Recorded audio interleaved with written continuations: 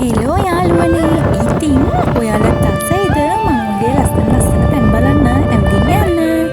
එහෙනම් ඉතින් එන්නකෝ. අද මං යන්නේ මිනිස් වාසයෙන් තොර සත්තු විතරක් ඉන්න පුංචි කැලෑවකට. ඉතින් ඔයාලත් මං වගේ කැලෑවල අස රිංගන්න කැමති නම් දිගට මේ වීඩියෝ එක බලන්න.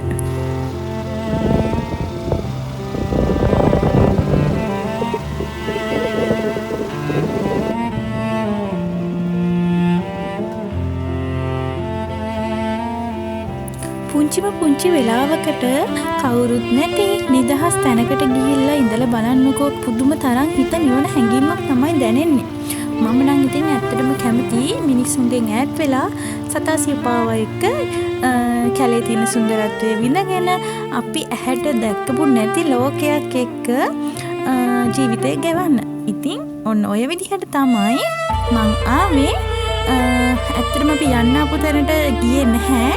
මොකද ලොකු වැස්සක් එන්නේ ඔයාලටත් තේනවනේ. අහස කළු වෙලා තියෙන්නේ. ඉතින් මෙතනින් එහාට ගොඩක් දුර යන්න අමාරුයි. වැස්ස කොහොම වෙයිද දන්නේ නැහැ. මොකද මේ පාර චුට්ටක් යන්න අමාරු හින්දා අපිට ලස්සන තැනක් හම්බුණා. අපි එතන නැවතුණා. එන්නකෝ යන්න බලන්න.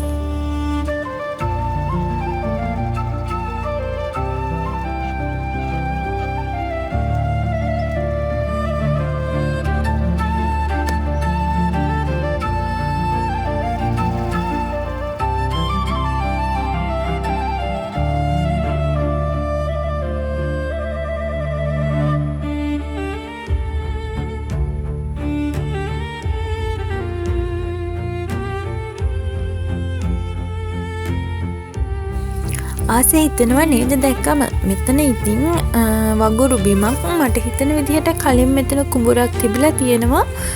දැන් ඒක ගොඩ වෙලා මෙතනින් වතුර පාරකුත් ගලාගෙන යනවා. ඉතින් මේ හරියේ ඉන්නේ ටැමිල් කට්ටිය ගොඩක්. එයාලා ඉතින් මේ ගලාගෙන යන වතුර පාරේ පල්ලෙහා තියෙනවා එයාලට නාන්න හදාගන්නපු ලස්සන තැන. ඒකේ තමයි එයාලා ඉතින් නාන්නේ.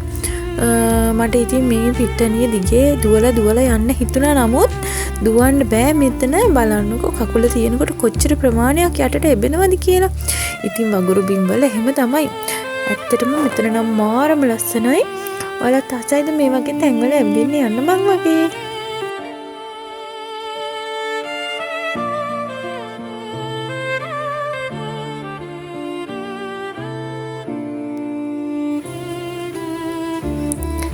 ඉතින් මෙති මං ඒ කිව්ව දිය පාර හරිම ෂෝක් හරිම සීතල වතුර තමයි ගලාගෙන යන්නේ.